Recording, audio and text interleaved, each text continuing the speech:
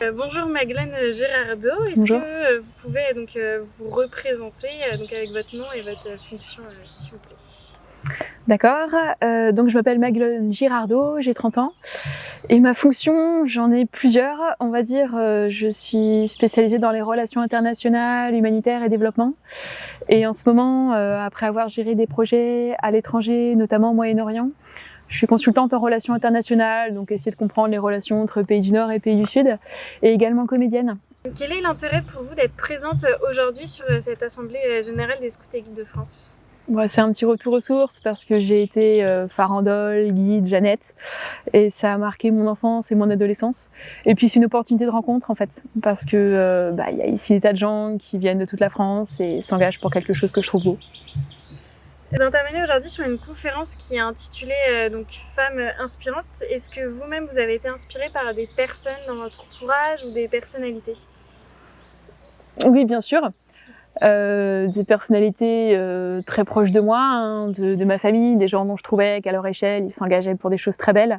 Petite, je lisais beaucoup les publications de Bayard sur Mère Teresa, Sœur Emmanuelle, et très humblement, je voulais faire pareil globalement. Ceci dit, aucune de ces personnes n'était parfaite. Et c'est ce qui peut être décevant quand on veut au début avoir un modèle qui soit brillant. Mère Teresa, comme mes chefs, avaient leur zone d'ombre. Et je pense que c'est important quand on veut s'inspirer de personnes, d'accepter qu'elles ont énormément de choses qu'elles peuvent nous apprendre, et puis aussi leur part moins belle, et qu'elles sont pas moins intéressantes pour autant, au contraire, parce que cette part d'ombre, elles la combattent.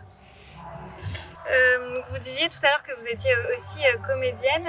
Pourquoi vous avez choisi de raconter votre parcours au travers justement d'un spectacle? Comment vous est venue l'idée? Qu'est-ce qui vous a mené à ça? C'était une forte envie de témoigner qui venait du fait que j'ai beaucoup travaillé donc au Moyen-Orient et avec des exilés également en France. L'islam et les réfugiés sont des thèmes dont on parle énormément en Europe et parfois cruellement mal. Et j'en avais marre en fait d'entendre des bêtises sur des gens qui avaient été mes voisins, mes collègues, mes amis en fait, qui étaient cruellement mal décrits alors que moi je les avais vus de l'intérieur. Pourquoi le théâtre ? Parce que l'idée n'était pas de faire une conférence, un cours compliqué, mais de faire vivre les gens. Ce spectacle, à la fois, aborde clairement des problèmes environnementaux, internationaux, mais en même temps se veut porteur de sens et aussi d'idées de solutions. Et ça, j'ai à cœur de leur transmettre. Est-ce que vos différentes expériences à l'international, et notamment plus récemment en Irak, ont influencé votre vision du leadership et peut-être plus largement du leadership féminin dont on parle beaucoup aujourd'hui?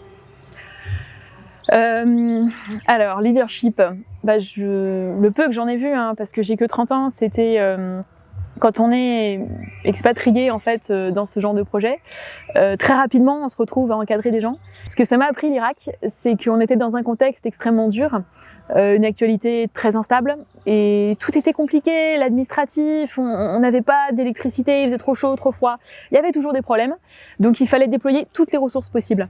Et ça, j'ai vu qu'en tant que femme, dans une situation de conflit, j'étais parfois mieux armée pour apaiser les choses, calmer la situation. Je pouvais aussi approcher des femmes, parce que moi j'étais une femme, donc j'avais pas de barrière de genre, on va dire, dans une société conservatrice, et ça m'a permis de les amener à participer à la réflexion, la recherche de solutions. Et ça, c'était extrêmement intéressant. Et quel message souhaiteriez-vous faire passer aujourd'hui aux personnes qui vont regarder cette vidéo? Merci de l'avoir vu jusqu'au bout.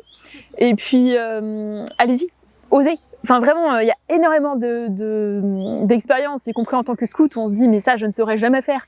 Mais qui vous dit que vous ne saurez pas? Allez-y, en fait, il n'y a pas de limite, à part celle que vous mettrez.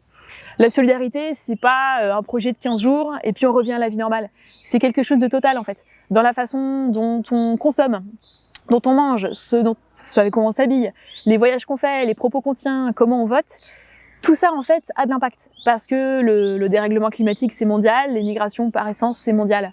Donc, c'est pas quelque chose de totalitaire. Chacun a sa marge de manœuvre. Si on n'est pas tous d'accord, tant mieux. Mais c'est quelque chose de total, dans le sens où la solidarité, c'est quand on se lève, dès qu'on se lève, quand on se couche. Et c'est censé transcender nos vies.